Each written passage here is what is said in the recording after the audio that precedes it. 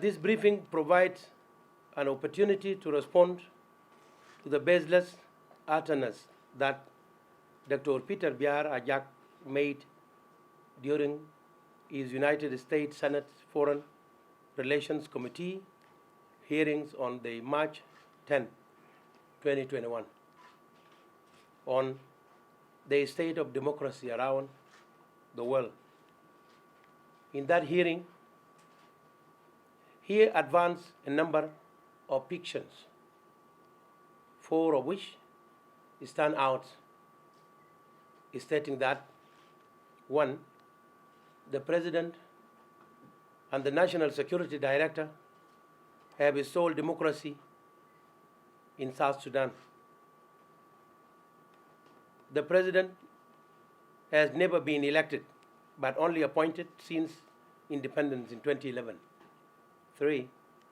The National Security Service is a rogue institution with gross human rights abuses, and the 4th, the general elections should be held in 2022. A. Justification for the response and the case against Peter Biyar. This response is justified since he made his views public. It is befitting, however, to refresh your memories about Peter Biyar case. As you all know, he was detained in July 2018, sentenced to 2 years in prison in 2019, and pardoned in January 2020. He later joined his family in Nairobi, Kenya, before relocating to the United States, where he has been making non-stop accusation against the unity government, President Sylvakir, National Security Service Director, and other leaders.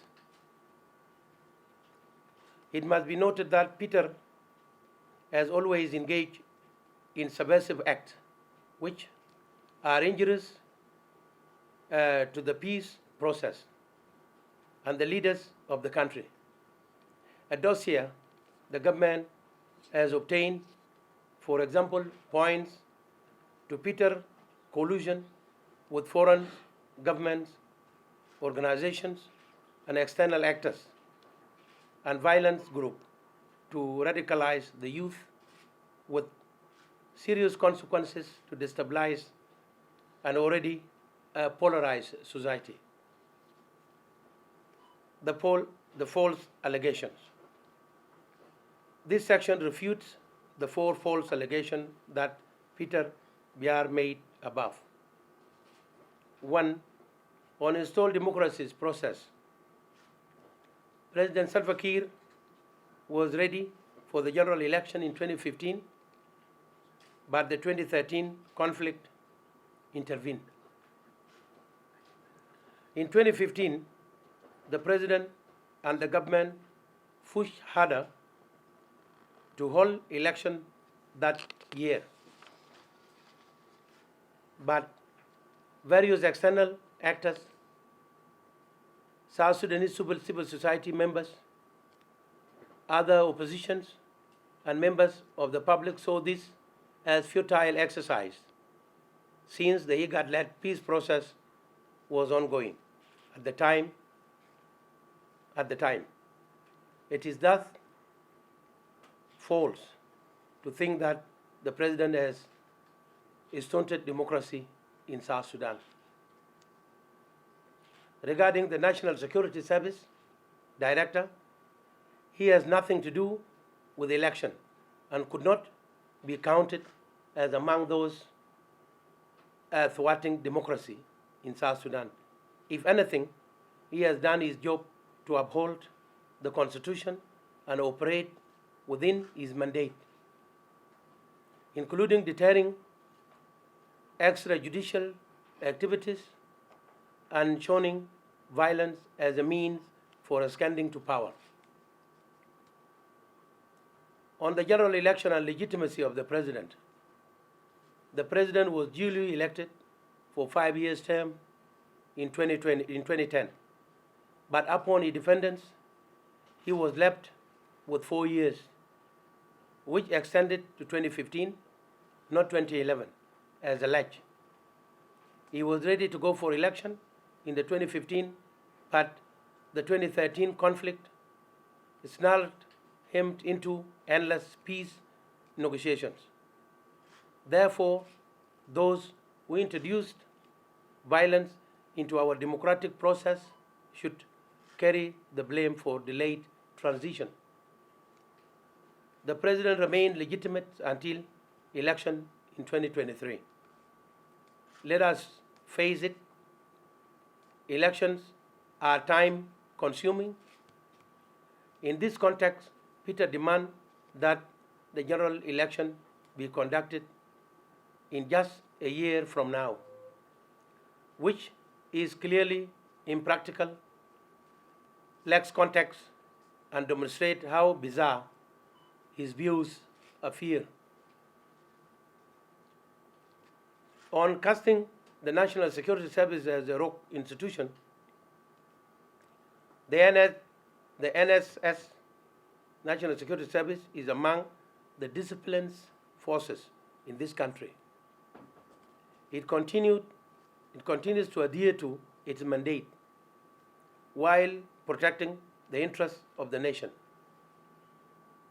Obviously, this makes it anything but rogue. Those in NS custody are properly cared for and accorded due process, including fair trial. Above all, the NNS has adhered to the ARCAS, which is the Revitalized Agreement or Resolution of Conflict in the Republic of South Sudan, and continues to make significant improvements, namely training its members on the law and human rights issues, holding its members accused of crime and other abuses accountable, establishing exchange programs across the NSS units in the 10 states, setting up information desks to receive public complaints and reports, relying on the legal department directorate for advice to safeguard human rights, rooting professionalism, integrity, and meritocracy into the service, and remaining accountable to the civilian authority. On the general election, the unity government, which came into effect in February 2020, plans to hold general elections in June 2023. This time window allows the authorities to conduct census, repatriate the refugees and displaced people, and determine electoral constituencies. Given these activities take time and resources, the unity government is seeking support from development partners and friends. Broadly, the unity government is now engaging the United Nations Population Funds, UNIFPA, UNFPA, to institute a hybrid census, which entails the application of modern geo-reference,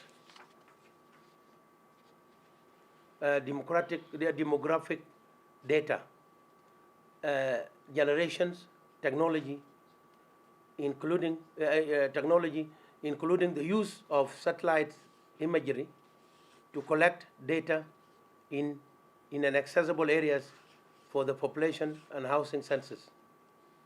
Therefore, there's no way that the general election can be held in 2022, as Peter naively demands. As the reader will see in the official response document, there are consequences that come with rush elections. Examples abound in Africa, including in the region. On the progress made since the signing of the revitalized peace agreement or the resolution of conflict in the country. Since the signing of the revitalized agreement in 2018, notable improvements have been registered.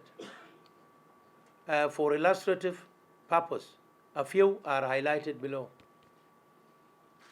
1. The number of security incidents has drastically reduced countrywide. The national and state government have been formed. Peace partners have agreed on the size of national and state parliament, with their reconstitutions to be made in due course. Security sector has become more professional and accountable to the public. The management of public resources has also improved, particularly through the formation of the Public Financial Management Oversight Committee, which is now helping the government to rebuild credibility. The formation of unity government has provided a breathing space, enabling critical reforms, fostering national healings, and enhancing the voice of the public. In the spirit of peace, prisoners of war, political detainees, and those with other forgivable offenses, including Peter, were pardoned. The constitution-making process is ongoing and remains inclusive, and a freedom of speech within the parties and for civil society has expanded considerably. In conclusion, the unity government is implementing the peace agreement and looks forward to a promising transition to democracy. It plans to hold national election in 2023. In addition, President Səlfاkir and General Akol have never been stumbling blocks to elections, but rather a series of conflicts since 2013 has been the biggest barrier. Furthermore, the NSS, National Security Service, has made a solid progress since the signing of the agreement, making it more reformable and accountable. This response therefore provides assurances to the people of South Sudan, the region, and international community that the unity government remains committed to ensuring transparency and accountability, faithfully implementing the revitalized agreement or resolution of conflict in the Republic of South Sudan, and gearing up for peaceful transfer of power in the next election, if the will of the people so dictates.